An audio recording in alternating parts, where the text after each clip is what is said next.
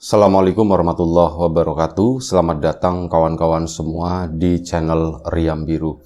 Terima kasih banyak untuk kawan-kawan yang sudah berkenan hadir di channel ini, dan pada episode kali ini ada satu cerita datang dari Mas Edi di Jepara.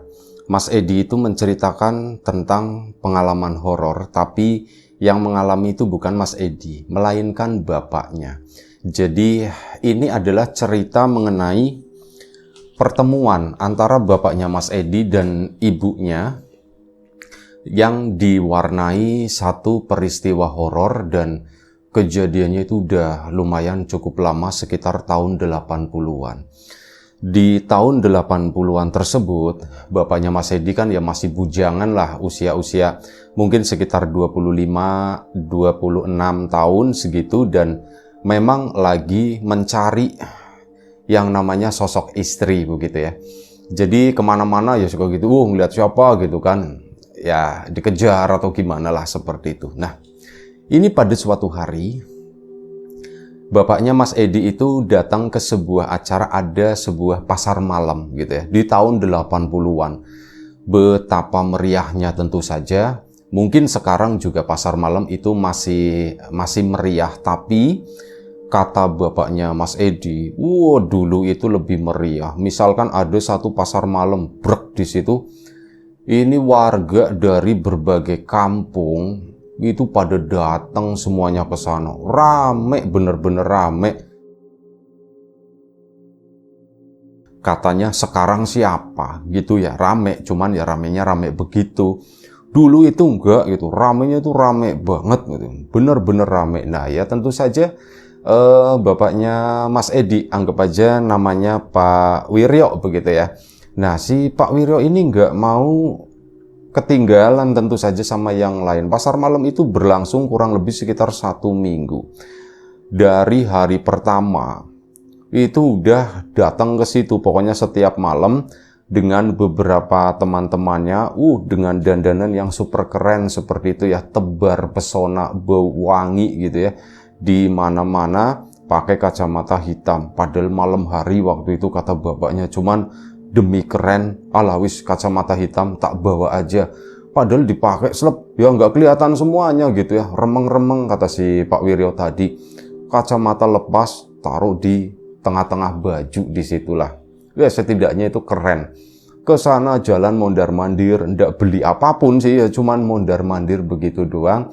Biasa nyari jodoh waktu itu, dan gak ketemu-ketemu gitu ya selama beberapa hari, tapi menikmati momen tersebut ya. Nggak melulu cuman masalah nyari itu ya, nyari pasangan atau gimana, enggak, tapi ngumpul sama teman-teman, momen itu tadi ya. Kadang kan gantian gitu ya, ini ternyata rezekinya sih ini gitu, jadi kenalan sama siapa kayak gitu. Nah, dari situ mungkin sekitar 3 hari setelahnya, bapaknya Mas Edi kan ya memang gak dapet waktu itu ya. Aku kok belum ada pandangan sama sekali ya, pikirnya kayak gitu kan.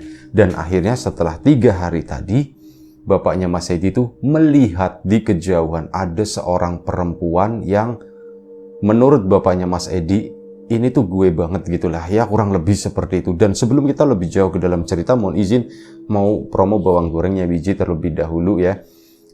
Mohon izin, bawang gorengnya biji, bawang renyah, bawang murni tanpa campuran apapun. Kawan-kawan yang kemarin sudah sempat membeli, terima kasih banyak. Untuk kawan-kawan yang belum sempat, itu ditunggu pesanannya. Kawan-kawan yang sudah mampir di channel Lapak Horor X Mbah Warmo juga terima kasih banyak. Yang udah subscribe, terima kasih banyak. Yang udah nontonin video-video lamanya juga terima kasih banyak. Baik, kita lanjut lagi cerita dari Mas Edi tadi. Nah, Pak Wiryo itu ke situ malam itu, melihat seorang perempuan. Itu siapa ya? Siapa jelita itu gitu di sana? Yuk, kata temannya gitu kan. Liatin siapa yuk? Itu katanya. Ya udah yuk, sikat yuk, deketin katanya begitu kan. Akhirnya dideketin lah sama Pak Wiryo ke sana. Ya malu-malu gimana, si perempuan tadi itu tuh lagi ngelihatin komedi putar, undar kalau bahasa sininya gitu ya, itu komedi putar. Itu lagi ngeliatin begitu sambil senyum-senyum, ya nggak tahu mau naik atau enggak gitu ya. Akhirnya Pak Wiryo pun mendekat ke sana. Mbak, nggak naik, Mbak, ditanya begituan. Enggak Mas, katanya begitu. Kenapa nggak naik? Takut atau gimana? Enggak, kata si perempuan tadi.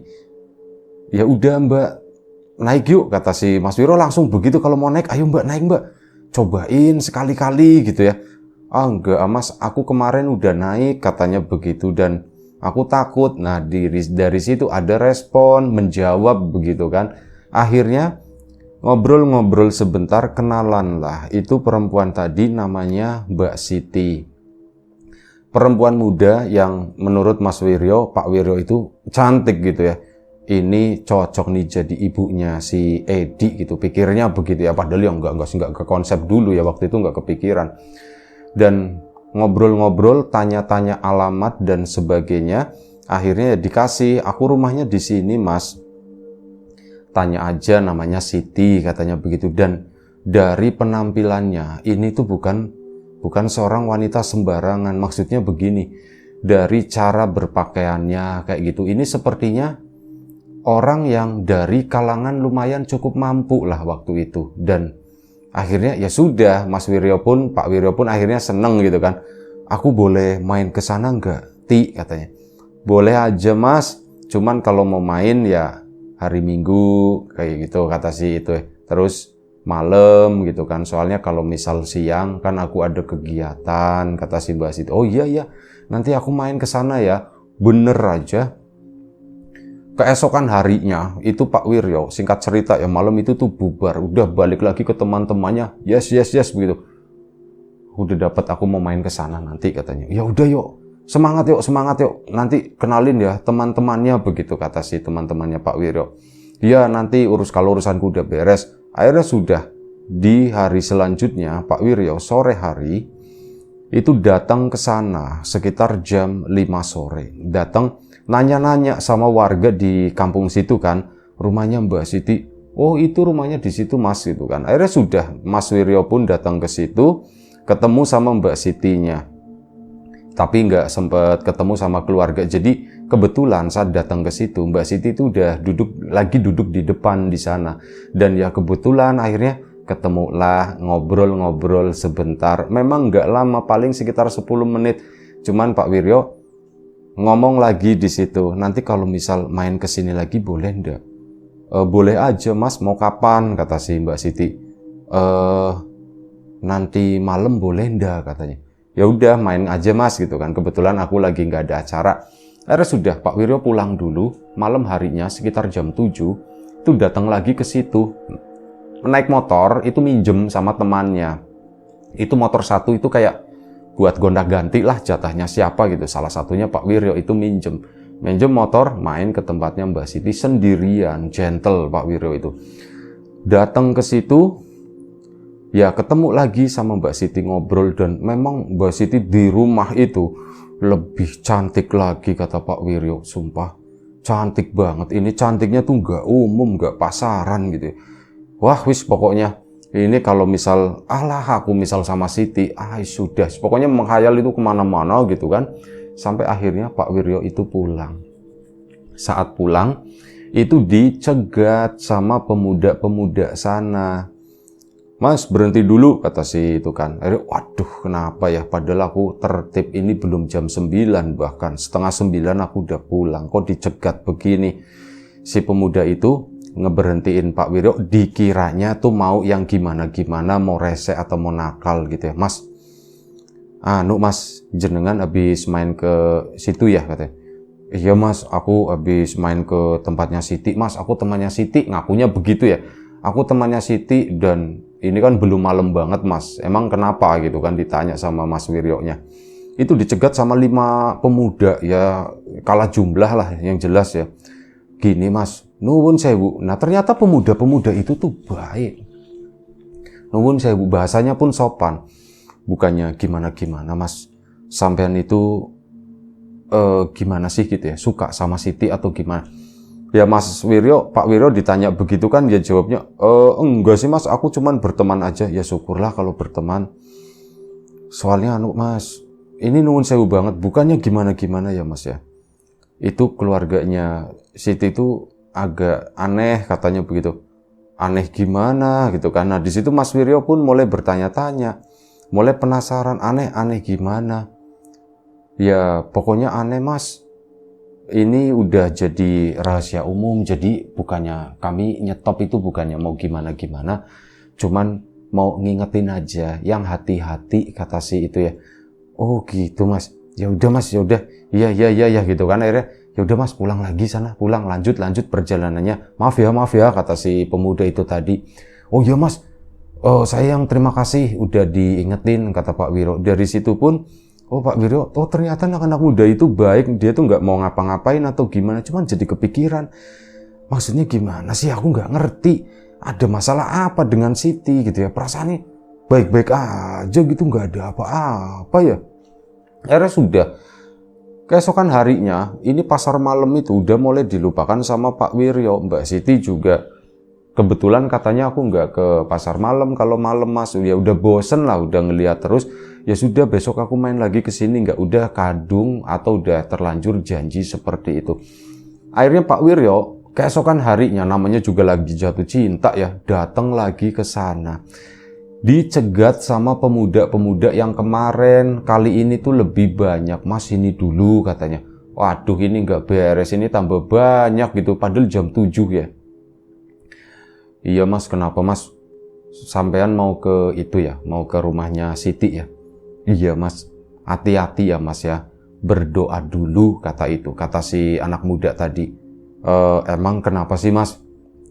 Ini aku mau diapain kata si Pak Wiro. Enggak, kami nyetop itu enggak mau ngapa-ngapain. Cuman itu kami semua sih udah tahu di sini Mas. Cuman ya kami enggak mau ada apa Mas gitu kan. Ada korban lain katanya. Hah? Korban lain gimana? Ya wis pokoknya nanti sampean tahu sendiri, yang penting kalau mau ke situ sampean berdoa dulu aja sebisanya katanya begitu. Oh gitu ya. Ya wis Mas, ya wis. Akhirnya Pak Wiryo pun nurut gitu aja ya. Akhirnya ke sana dan beneran dilakuin. Aku suruh berdoa apa? Ya udahlah bismillah aja katanya begitu kan. Berdoalah si Pak Wiryo di sana untuk pertama kalinya. Yang namanya ngapel itu berdoa dulu sebelum masuk halaman rumahnya. Begitu berdoa, Mbak Sitinya kan udah waktu itu belum di luar ya. Pak Wiryo pun motornya itu kan kedengeran dari tadi dan Assalamualaikum gitu kan. Kulon nuwun. Keluarlah Mbak Siti. Jreng, begitu keluar, Pak Wiryo itu kaget. Hah?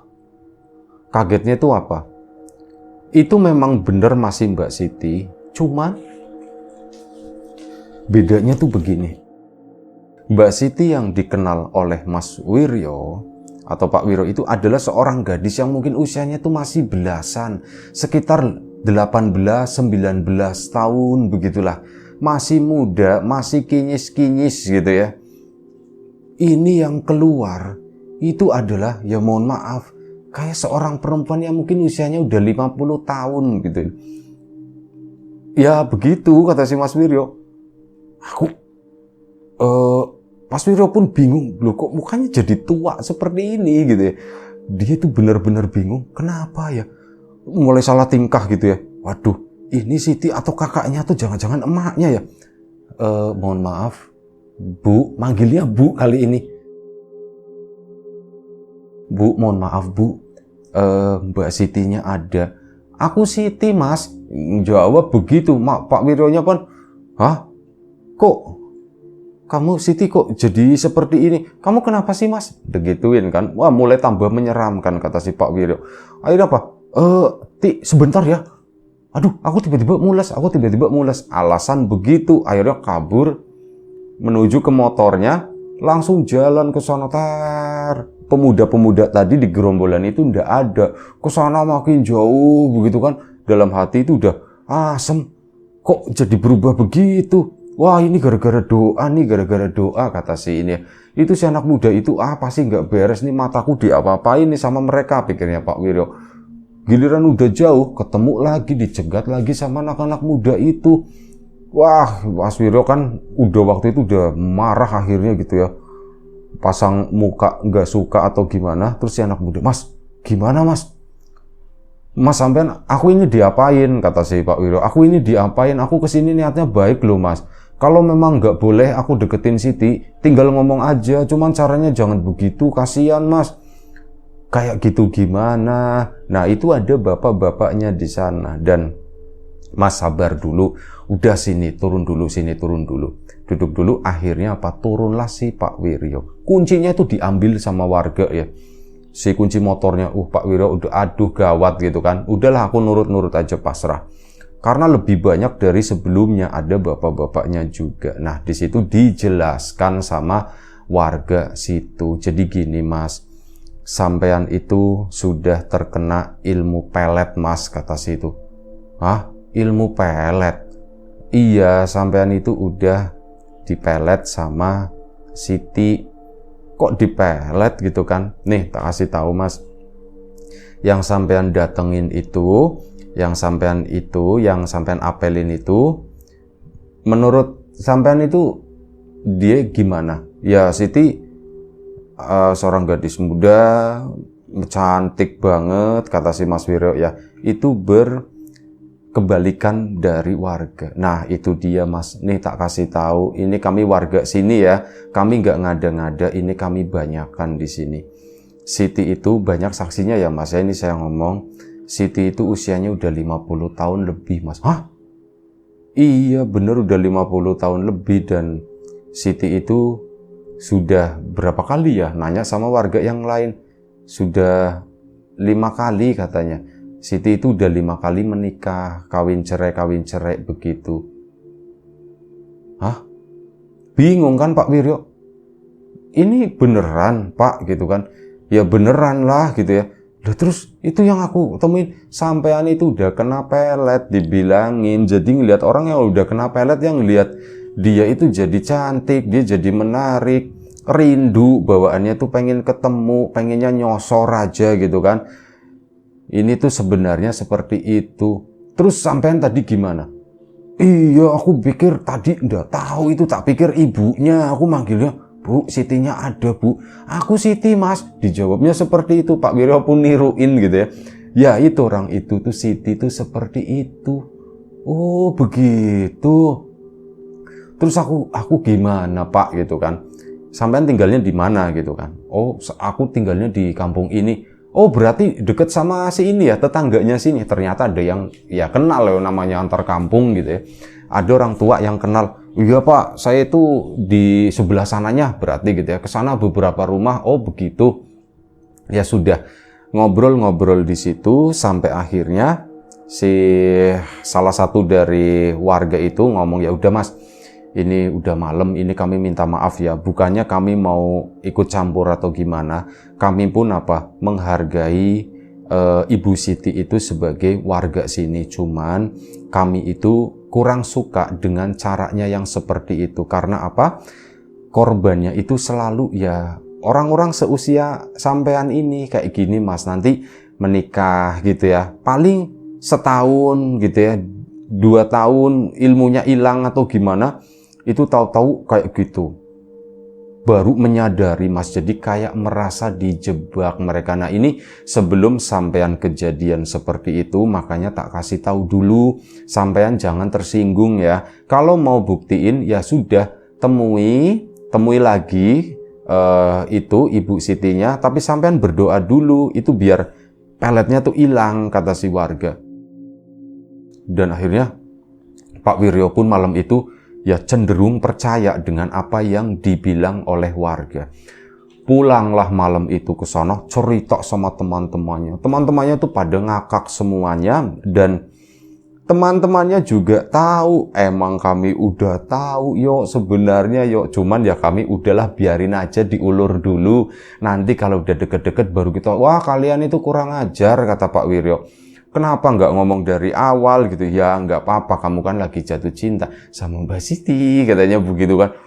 Wah katanya begitu kan, aku kok begitu ya, aneh loh, kata Pak Wiryo sendiri itu terheran-heran dengan apa yang dialaminya.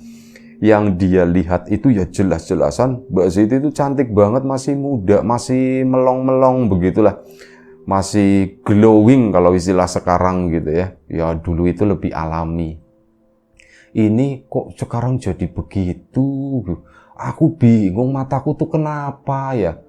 Alas aku nggak ngerti, kata si Pak Wiryo. Akhirnya sudah cerita juga sama orang tuanya. Nah, cerita begitu akhirnya rame kan di warga situ jadi denger, oh Wiryo itu kemarin habis ngalamin begini-begini. Itu jadi kayak wejangan buat anak-anak muda yang lain lebih hati-hati begitu kan. Sampai akhirnya pada suatu hari, nggak lama, sekitar 2 atau 3 hari kemudian, datanglah seorang bapak-bapak main ke kampung tersebut dan cerita ke salah satu warga di sana, tetangganya Pak Wiryo.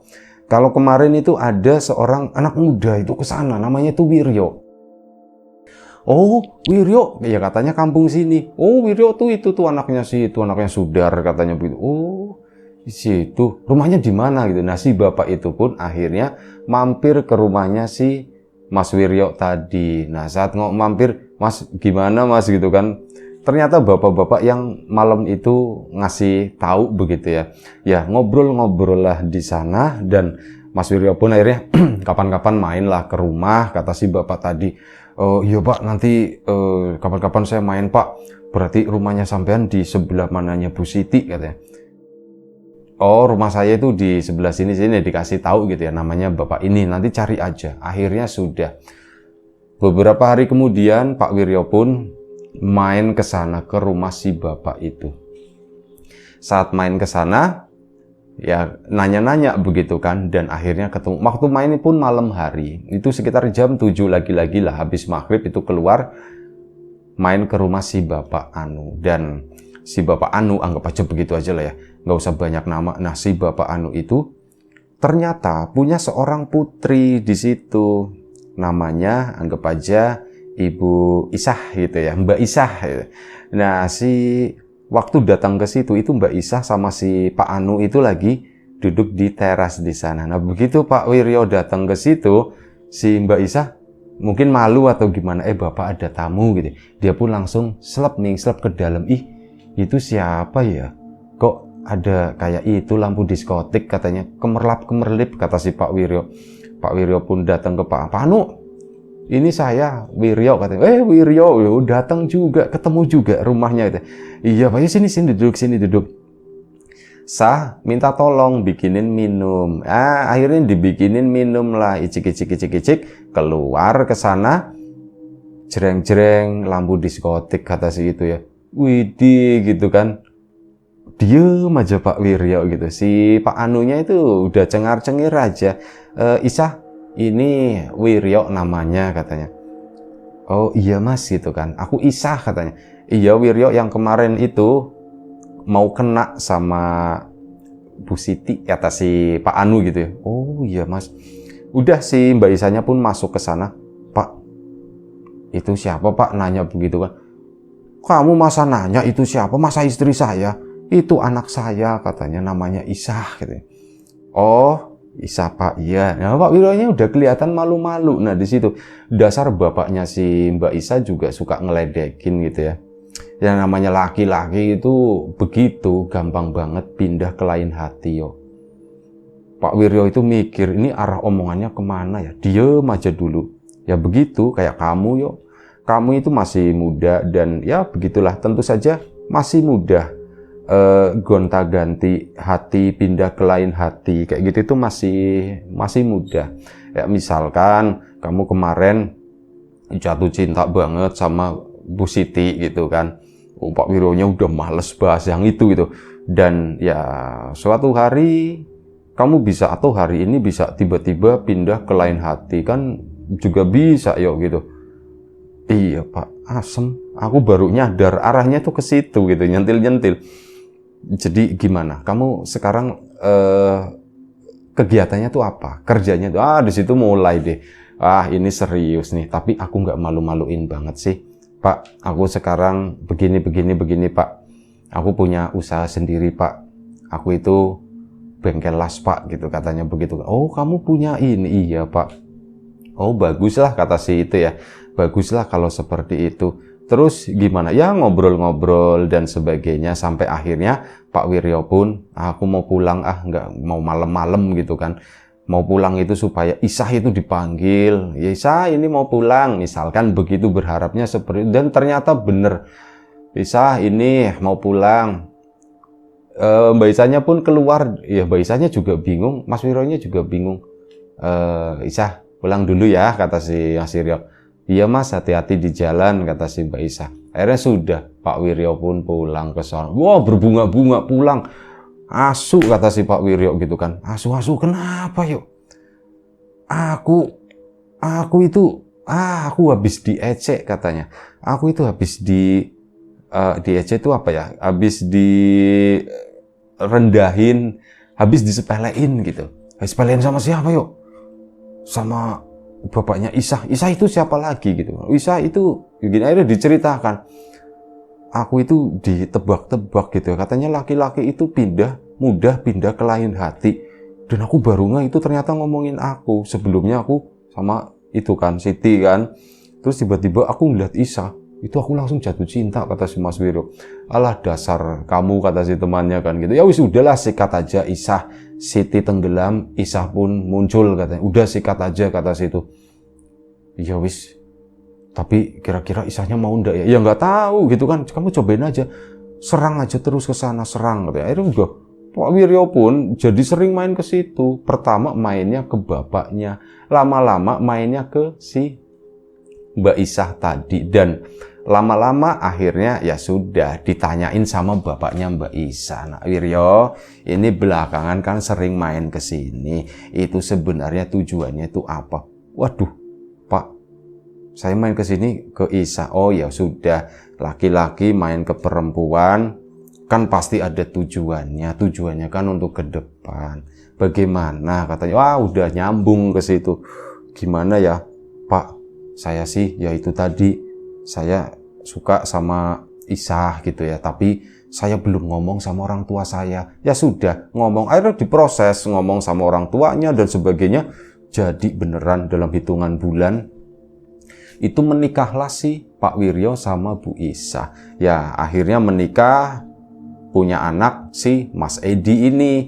Mas Edi ini yang ceritain ini gitu ya. Jadi ya seperti itulah kisah pertemuan antara Pak Wiryo sama Bu Isah, bapaknya atau orang tuanya si Mas Edi tadi. Jadi memang diwarnai ada seperti itu. Ada seorang perempuan yang ya di rumah itu ternyata sendirian, orang tuanya itu ndak ada sama sekali. Dan Pak Wiryo itu beberapa kali ketemu sama Bu Siti, cuman ya Bu Sitinya malu begitu ya, Pak Wiryonya juga malu, tapi akhirnya nyapa, Bu, gitu kan. Iya Mas Wiryo, akhirnya jadi menyapa gitu ya, meskipun dulu pernah ada seperti itu, cuman Pak Wiryo juga ya udahlah, dia toh tetangganya istriku dan dia juga sama warga situ nggak jahat-jahat banget. Mungkin memang dia itu butuh atau apa, butuh pendamping atau bagaimana, segala macam cara dilakukan. Dan sialnya Pak Wiryo itu menjadi salah satu korbannya. Cuman dari situ ada hikmahnya. Pak Wiryo itu jadi kenal sama keluarganya Bu Isah dan akhirnya bisa menikahi Bu Isah. Ya itu aja ceritanya. Terima kasih Mas Edi di Jepara sana ya, kalau ndak salah. Terima kasih banyak atas ceritanya. Kawan-kawan di rumah juga terima kasih banyak atas support dan dukungannya. Apapun itu, kawan-kawan subscriber, kawan-kawan membership, kawan-kawan yang udah kasih support dalam bentuk super thanks ke Riam Biru, terima kasih banyak. Kawan-kawan yang udah ngasih like, udah nge-share ke yang lainnya, kawan-kawan yang udah ninggalin komentar juga terima kasih banyak. Kawan-kawan yang sudah memesan bawang gorengnya Wiji, tentu saja terima kasih banyak. Kawan-kawan yang belum memesan, ditunggu pesanannya. Kawan-kawan yang sudah berkunjung ke channel Lapak Horor X Mbah Warmo, terima kasih banyak tentu saja support dan dukungannya. Doa terbaik dari kami untuk kawan-kawan semua, semoga selalu diberi kemudahan dalam hal apapun, termasuk kemudahan dalam hal rizki.